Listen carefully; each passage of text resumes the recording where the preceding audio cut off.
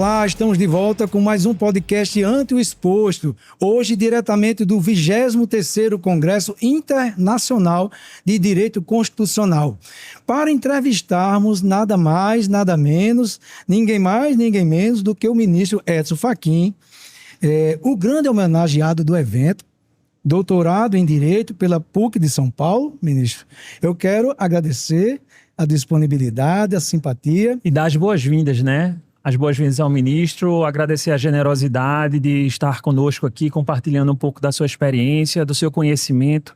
O ministro que tem uma formação docente, é um acadêmico e também tem uma formação sólida como magistrado. Acompanhamos as suas decisões, utilizamos ela em sala de aula também. Então, para a gente é uma alegria imensa poder acolhê-lo e dar essas boas-vindas. Ministro, bom dia, seja bem-vindo ao podcast. Em nome do Programa de Pós-Graduação em Direito da Unicap, então, desejo aqui boas-vindas e queria aproveitar a oportunidade para tratar de um tema que eu acho que é um tema que vem sendo muito debatido no Brasil a partir da atuação do Supremo, que diz respeito aos processos estruturais, né? Esses processos, eles envolvem uma preocupação com violação massiva de direitos fundamentais e, normalmente, há vários corresponsáveis, né? Múltiplas instituições. Quais são os desafios que o senhor tem observado na tentativa de avançar na implementação de direitos fundamentais nessas situações de uma elevada complexidade? Muito obrigado. Eu, antes de tudo, quero dizer da alegria de estar aqui e do prazer em participar de uma interlocução importante como essa. Não é o meu habitat normal essa atividade, mas entendi que estamos num congresso importante de direito constitucional que coloca em debate acadêmico, banhado necessariamente pela contraprova do exercício prático, um conjunto de temas fundamentais para o direito que estão nucleados em torno da efetividade dos direitos humanos fundamentais. Portanto, como entendi o convite como um prolongamento do convite para participar do Congresso, aqui estamos, obviamente, para dialogar e me sinto muito à vontade, estou ao lado de pessoas que também interagem nesse diálogo relevante entre conhecimento e experiência e a partir de programas de pós-graduação, a partir, obviamente, de uma vivência acadêmica e também teórico-prática, e por isso é uma alegria estar aqui. No tocante a este tema dos processos estruturais, é preciso reconhecer que no Brasil de hoje nós estamos em andamento do que poderíamos chamar de um aprendizado institucional em matéria de processos complexos e estruturais. E por que de um aprendizado estrutural? A rigor, sequer existe ainda uma normativa vigente que possa, em caráter de lei formal, embora haja projetos nesse sentido, que possa, digamos assim, disciplinar os respectivos procedimentos, as etapas e todas essas circunstâncias que em alguns outros países já se apresentam do ponto de vista do direito positivado. O que nós, na verdade, estamos a fazer é, a partir de uma realidade concreta, começando a dar densificação a um conjunto de características desses processos que são denominados de complexos e estruturais. E por que complexos e estruturais? Complexos porque a resposta não é plebiscitária ou binária. Não basta deferir ou indeferir. Sim. Por exemplo, a adoção de um plano de segurança pública num determinado estado da federação não leva simplesmente uma consideração do sim ou do não. Leva em consideração etapas, metas, cronogramas, ações que progressivamente vão se desenvolvendo no tempo. Portanto, a noção da complexidade evidencia um passo distinto na jurisdição constitucional. É o passo em que a resposta não se trata mais apenas de dizer há uma invalidade constitucional ou há uma validade constitucional. A resposta passa a ser, bom, diante dos fatos tais como apresentados, nós podemos, obviamente, desenvolver um conjunto de procedimentos que tem uma base em alguns comandos constitucionais, nomeadamente sobre o guarda-chuva da proteção de direitos humanos e direitos fundamentais, e esses procedimentos vão dando sentido ao enfrentamento de uma dada controvérsia, como é o caso, no exemplo que citei, da segurança pública. Nós poderíamos imaginar outras hipóteses que decorrem de casos concretos com os quais o Supremo já se defrontou. Uma delas é a situação dos presídios no Brasil. Podemos também mencionar a questão atinente à desintrusão das terras indígenas. Enfim, há um conjunto de processos estruturais, portanto, que, do ponto de vista dos fatos, faz emergir para a jurisdição constitucional. Portanto, a noção de complexidade deriva dessa superação da dicotomia binária da validade ou da invalidade constitucional. A dimensão estrutural, a seu turno, é um outro significante cujo sentido demanda uma compreensão de que se está diante de uma controvérsia cujo fato aponta uma violação sistêmica de direitos fundamentais. Sim. Portanto, essa dimensão sistêmica, no sentido de conferir a presença daquilo que, a partir da experiência de algumas cortes estrangeiras, passou a ser denominado de estado de coisas que afronta a Constituição, ou como a Corte Constitucional da Colômbia denominou expressamente, já desde alguns anos, estado de coisas inconstitucional. Portanto, uma violação sistêmica, para alguns sistemática, mas enfim, uma violação que não seja episódica, conjuntural, mas uma violação que represente quase que tacitamente uma espécie de diretriz político-institucional que, por omissão, implica a violação de direitos fundamentais. Aí temos, então, a compreensão dos processos estruturais. Como a Corte, como o Tribunal tem respondido a isso? Primeiro, nós temos feito um diálogo com as outras cortes que têm apreciado essa matéria, nomeadamente duas, que é a Corte Suprema da África do Sul e a Corte Constitucional da Colômbia. No caso da Corte Constitucional da África do Sul, o diálogo se deu a partir das experiências que lá foram levadas a efeito na área da habitação. Numerosos casos lá apreciados evidenciaram todo o cabimento e, ao mesmo tempo, todas as vicissitudes que envolve um processo complexo e estrutural. E que tem na sua, por assim dizer, na sua cognição, na sua instrução, um elemento relevante, porque ele precisa, o processo estrutural precisa elastecer o grau de escuta. Como é complexo e estrutural, não há necessariamente a parte autora e a parte ré. Há um conjunto de pretensões legítimas, há um conjunto de interesses contrapostos e há múltiplos legítimos interessados cuja presença precisa ser propiciada.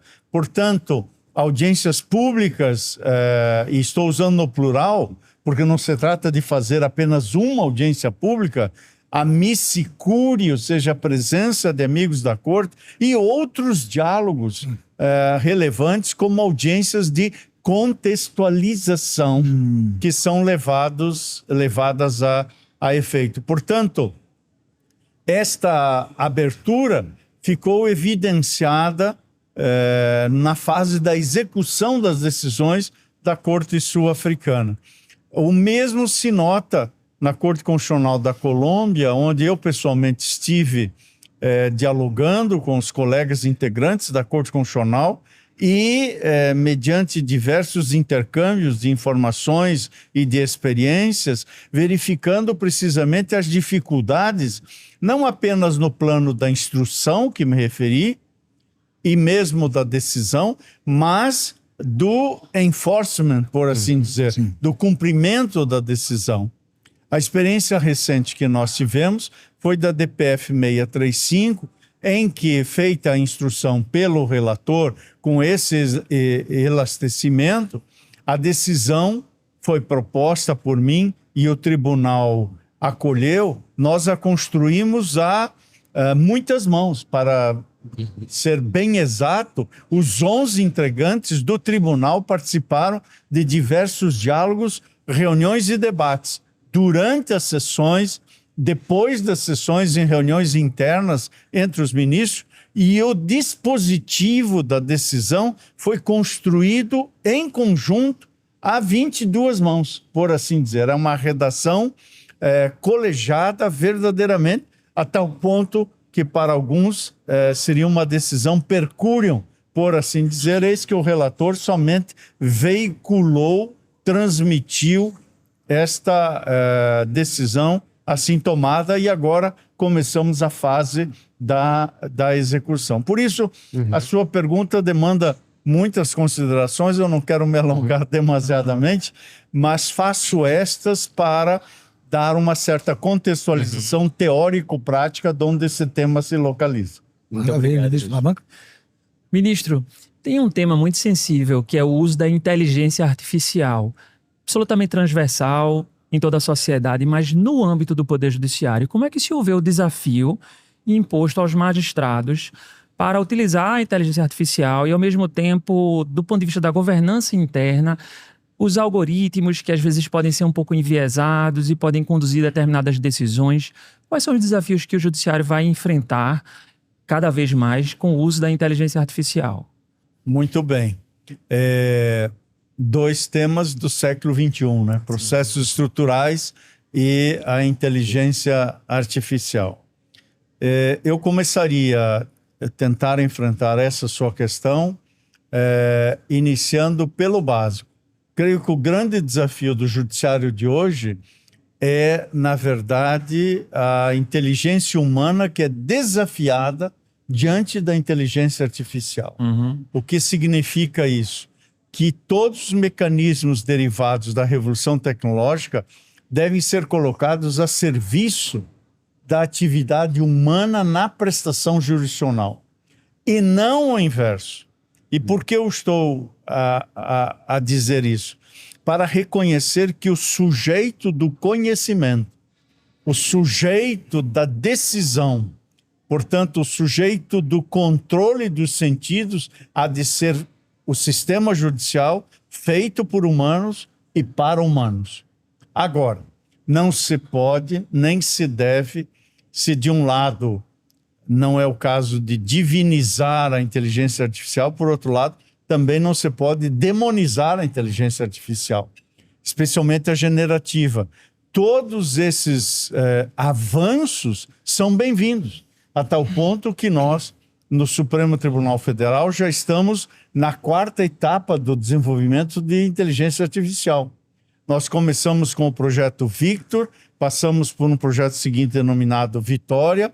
Em terceiro lugar, na gestão da ministra Rosa, desenvolvemos um projeto denominado Rafa e chegamos a Maria, que é um módulo de inteligência artificial que não mais apenas apresenta um resumo dos autos, mas como já sugere, a partir desse resumo, uma espécie de abordagem preliminar daquela matéria.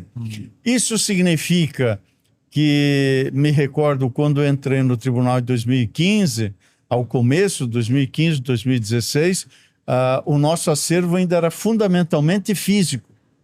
E um dos processos penais que a mim foi destinado por distribuição como relator, tinha cerca de 180 volumes físicos.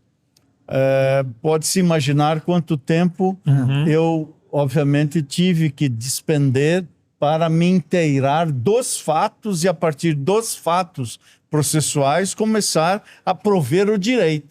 Nos dias atuais, primeiro com a digitalização de todos os autos, praticamente, o tribunal hoje é um tribunal praticamente 100% digitalizado, com raríssimas exceções de alguns processos ainda sigilosos.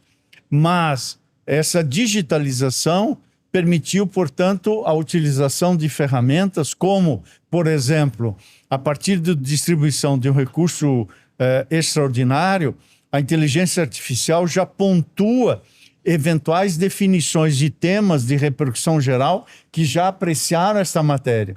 Isso significa, portanto, economizar muito trabalho para a verificação de se o tema que esse recurso extraordinário veicula já foi ou não apreciado pelo Supremo Tribunal Federal.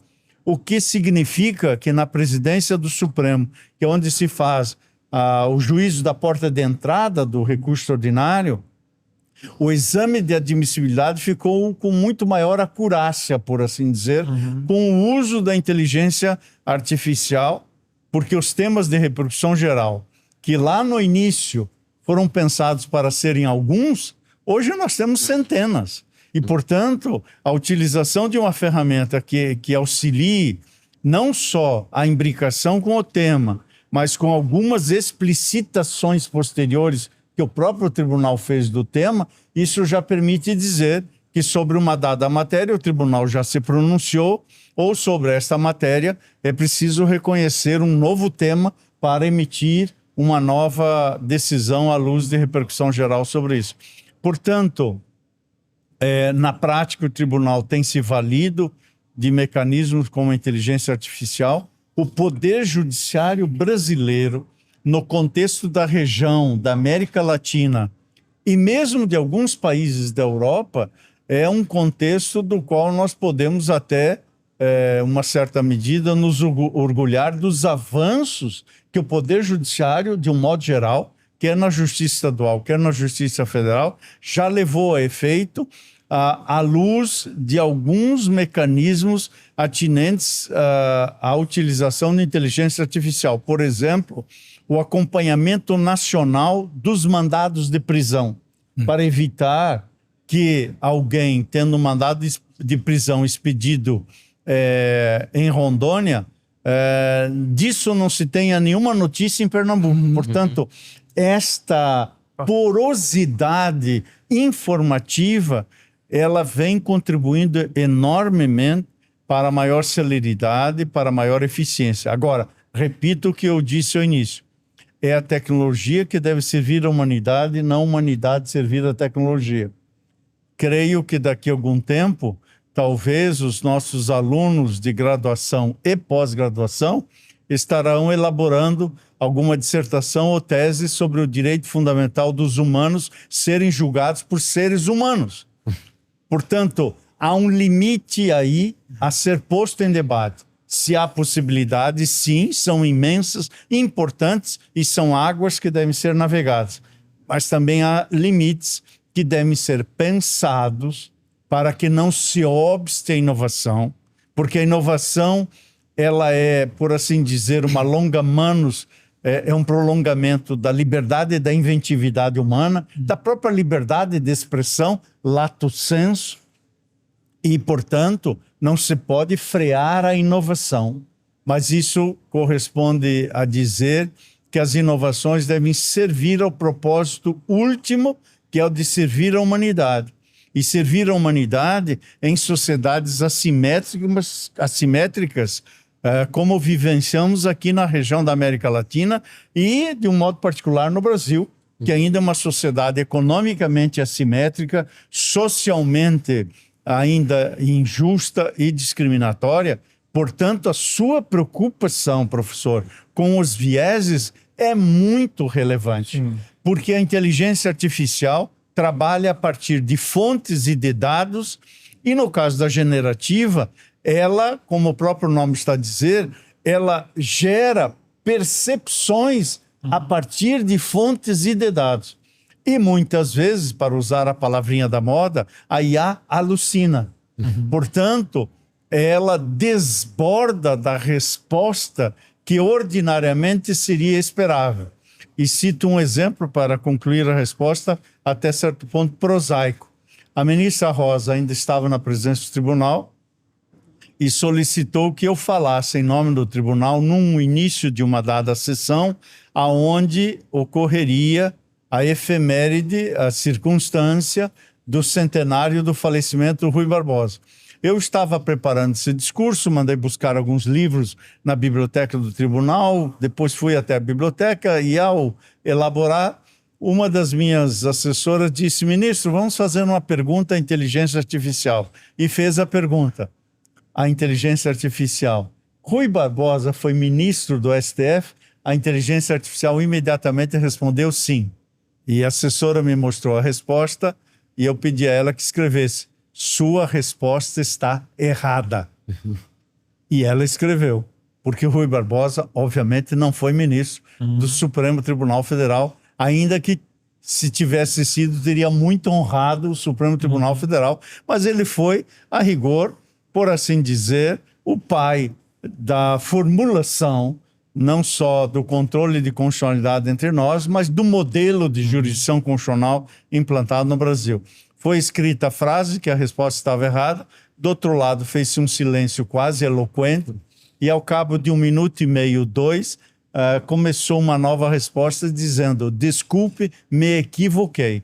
Na verdade, os dados sobre Rui Barbosa são os seguintes. E aí apresentou uma ficha biográfica de Rui Barbosa. Cito esse fato para dizer que nós, os seres humanos, somos feitos de muitas incompletudes, mas na prestação jurisdicional o ser humano não pode alucinar, não pode ter visões inventivas para além do que a racionalidade e a sistematicidade impõem como limite. Muito bem. Maravilha, ministro. Vamos já para a saída, e aí umas considerações finais suas mesmo. Eu não vou nem fazer mais uma pergunta, porque eu sei do tempo apertado, mas o senhor falou uma exortação mesmo para a observância do aspecto prático do controle de convencionalidade. O senhor pode fazer as considerações finais falando um pouquinho da sua conferência. Muito obrigado por abrir também essa oportunidade de mencionar que, assim que eu recebi honroso convite para estar aqui a este 23º Congresso Internacional de Direito Constitucional, pensei precisamente de falar sobre jurisdição constitucional e controle de convencionalidade, que entendo que esse é um tema central na jurisdição constitucional nesta quadra que nós vivenciamos, que é uma quadra onde muitos falam em erguer muros ou construir fossos entre países. É hora de, ao contrário, defender o diálogo construtivo em busca de consensos mínimos para a convivência pacífica, para a troca de conhecimentos e a troca de experiências entre as nações e, portanto, para o reconhecimento de que, sem embargo das peculiaridades nacionais, locais, a região onde um país se situa é uma região cuja dimensão transfronteiriça pode apresentar muitos ganhos para todos os países envolvidos. Tomemos o exemplo da criminalidade na região amazônica, ou, melhor dizendo, da macrocriminalidade com tráfico de armas e de drogas em toda a região amazônica. É um dos temas em que, neste ano, a COP30, ao lado de falar de questões ambientais, falará também de questões conexas a esse tema da COP30. Uma delas é precisamente a macrocriminalidade. Portanto, examinar como todos os países da Bacia Amazônica, que são vários países, devem se integrar ainda mais para que o enfrentamento dessa temática seja integrado. Ele não seja encapsulado apenas por um país. Esse é um exemplo até mesmo quase que básico da importância dos diálogos. Há outros níveis em que esses diálogos, obviamente, se estabelecem. Um deles é examinar as experiências do controle de convencionalidade nos países da região da América Latina. E também dialogar obviamente, com a Europa continental e toda a experiência da União Europeia e todo o debate que se teve em cada um dos países integrantes da União Europeia, exatamente quando as cortes da União Europeia examinavam a legislação doméstica ou de Portugal, ou da Grécia, ou da França, diante dos tratados e convenções que disciplinam a União Europeia. Portanto, esse foi um embate que a União Europeia enfrentou, e o sistema de justiça europeia consolidou-se nesta ordem de ideias. Portanto, se nós temos um olhar para a Europa continental, creio que esse olhar também pode intercambiar experiências para a realidade que vivenciamos, e para o Brasil, de um modo especial, é muito relevante. A Corte Interamericana de Direitos Humanos tem sido demandada em numerosos casos para apreciar graves violações de direitos humanos e fundamentais. Nós nos encontramos nesta boa prosa aqui na cidade do Recife. O estado de Pernambuco tem sido, em matéria do sistema penitenciário, destinatário de decisões fortes da Corte Interamericana de Direitos Humanos e, portanto, é um exemplo deste diálogo que se faz quando o sistema doméstico não dá respostas satisfatórias.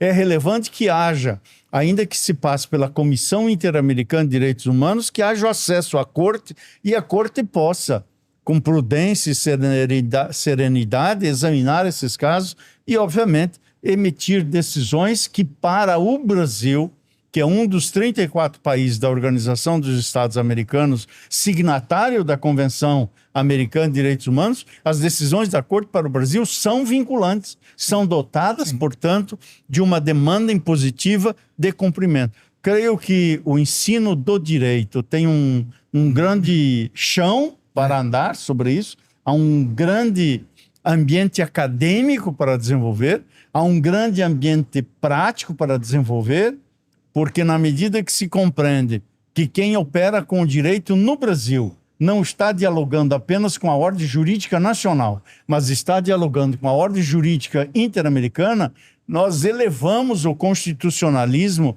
a um nível superior de compreensão, que é complementar ao nível interno, e que, portanto, essa dimensão, que para muitos é uma dimensão multinível, é um novo horizonte de trabalho e de pesquisa neste século XXI. Portanto, tratei disso e faço aqui apenas uma síntese para evidenciar a relevância do tema. Muito relevante, ministro.